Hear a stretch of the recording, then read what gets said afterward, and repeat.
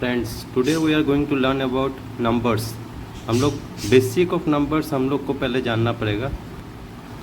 ये जो नंबर यहाँ पे लिखा हुआ है ये सब डिजिट्स बोलते हैं, इसे नंबर्स नहीं बोलते हैं। नंबर्स का एक्चुअली बहुत सारा टाइप्स रहता है। तो सबसे पहला टाइप जो है वो है रियल नंबर। रियल नंबर में हम लोग देख सकते हैं बहुत सारा मतलब एक ही तरीके का नंबर नहीं रहता। जैसे 86 यहाँ पे नंबर लिखा हुआ है, उसके बाद यहाँ पे एक इरेशनल नंबर यहाँ पे लिखा है, यहाँ पे एक रेशनल नंबर लिखा है। तो यहाँ पे कंपोजिट ऑफ ऑल नंबर्स उसको बोलते हैं हम लोग रियल नंबर्स। ठीक है, रियल नंबर कुछ भी हो सकता है। यहाँ पे डेसिबल नंबर भी हो सकता है, यहाँ पे नेचुरल नंबर भी हो सकता है, होल नंबर भी हो सकता है। तो नेचुरल नंबर सेकंड टाइप जो है वो नेचुरल नंबर हम लोग कैसे फाइंड आउट कर सकते हैं। नेचुरल नंबर फाइंड आउट करने के लिए जो भी नंबर 1 से स्टार्ट होता है, ठीक है, उसको नेचुरल नंबर बोला जाता है। होल नंबर जो 0 से स्टार्ट होता है, 1 की जगह अगर 0 से स्टार्ट होता तो यही होल नंबर हो जाता। लेकिन ये नेचुरल नंबर है क्योंकि ये 1 से स्टार्ट हुआ है और ये 0 से स्टार्ट हुआ है, तो इसको हम लोग होल नंबर बोलेंगे। ठीक है, इंटीजर का मतलब क्या है? इंटीजर मतलब जहाँ पे नेगेटिव और पॉजिटिव साइन रहता है, ठीक है, उन नंबर्स को हम लोग इंटीजर्स बोलते हैं। रेशनल नंबर मतलब जहाँ पे मैंने बताया पहले यहाँ पे रियल नंबर्स में, ठीक है, ये इरेशनल नंबर है और ये रेशनल नंबर है। ठीक है, रेशनल नंबर मतलब जो p/q फॉर्मेट में लिखा रहता है, ठीक है, p/q फॉर्मेट में जो लिखा रहता है उसको हम लोग रेशनल नंबर बोलते हैं। 3/4, ठीक है, ये रेशनल नंबर है। जहाँ पे भी 3/4, 4/3, 5/4 वैसे लिखा रहेगा तो जान लेना वो रेशनल नंबर है।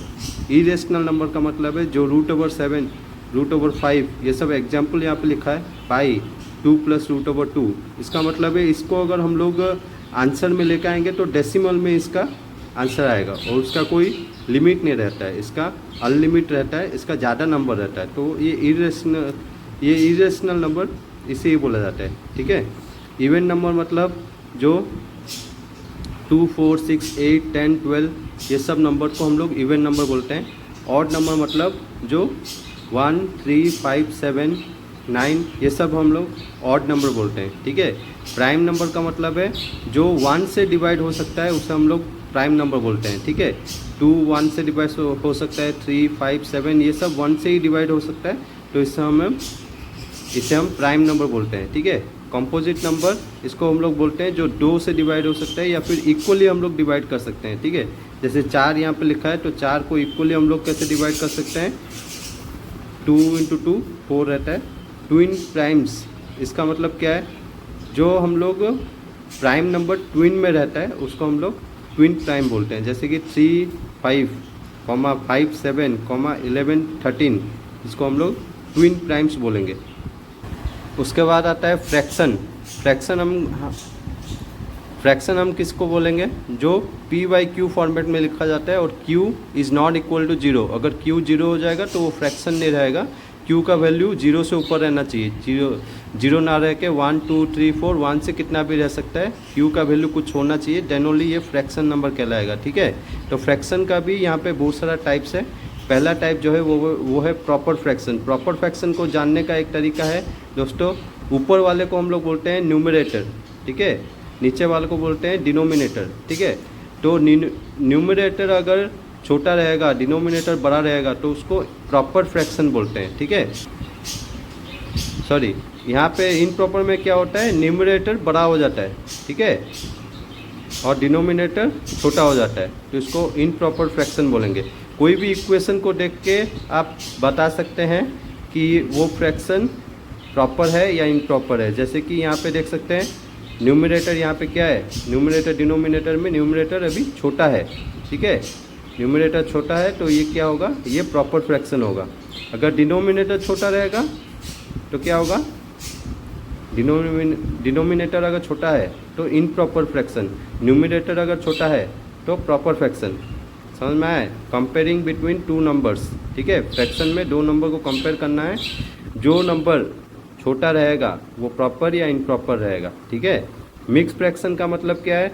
जहाँ पे हम लोग ऐसे फ्रैक्शन को हम लोग देख सकते हैं, ये मिक्स्ड फ्रैक्शन में लिखा हुआ है, यहाँ पे फ्रैक्शन भी लिखा है और मल्टीप्लिकेशन भी ऐड हुआ है। ठीक है, इसको मिक्स फ्रैक्शन हम लोग बोलते हैं।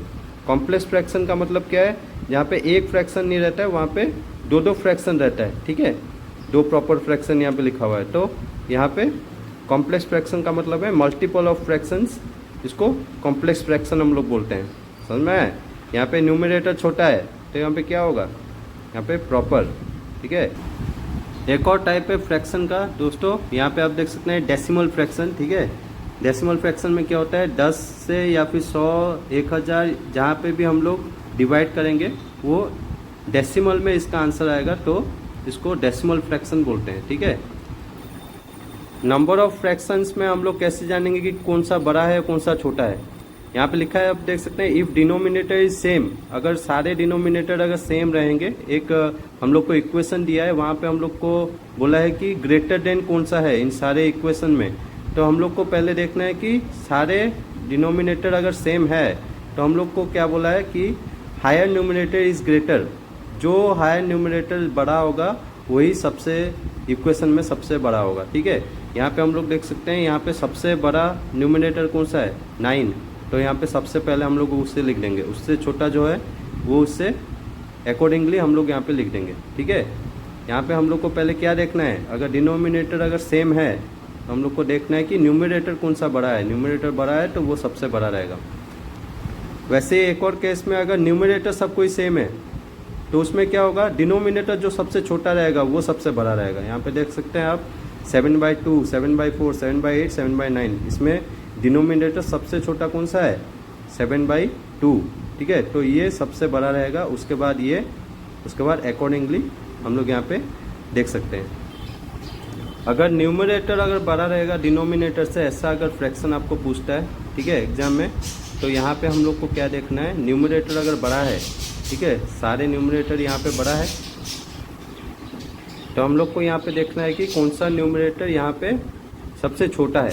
ठीक है, वो सबसे बड़ा पहला रहेगा, अकॉर्डिंगली हम लोग यहाँ पे लिख सकते हैं। पहले 5/2, 7/4, फिर 8/5, फिर 11/8।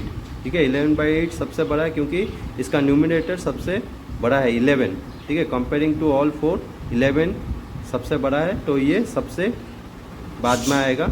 ठीक है, सबसे छोटा जो है, ठीक है, numerator comparing to this 4 numbers, वो सबसे बड़ा रहेगा फ्रैक्शन में। ठीक है, अच्छा, हम लोग एक और एग्जांपल से हम लोग यहाँ पे अगर 2 नंबर दिया रहता है, जस्ट फॉर एग्जांपल 5/9 और 4/7, इसमें से हम लोग कैसे जानेंगे कि कौन सा बड़ा है। इसके लिए दोस्तों एक ट्रिक है, यहाँ पे हम लोग को क्या करना है, इन दोनों को हम लोग को मल्टीप्लाई करना है। इन दोनों को मल्टीप्लाई करने से यहाँ पे कितना आएगा, 36। ठीक है, इन दोनों को मल्टीप्लाई करने से यहाँ से आएगा 35। ठीक है, तो कौन सा बड़ा है यहाँ पे, 35 या 36? 36 बड़ा है, तो यहाँ पे 4/7 इज़ ग्रेटर देन 5/9। या फिर आप यहाँ पे ये वाला कंडीशन अप्लाई करके भी इसका आंसर निकाल सकते हैं। इसका न्यूमरेटर छोटा है, इन दोनों में से न्यूमरेटर छोटा है, तो यही बड़ा रहेगा। ऐसे ही मोर ट्रिक्स जानने के लिए आप मेरे चैनल को फॉलो और सब्सक्राइब कर सकते हैं।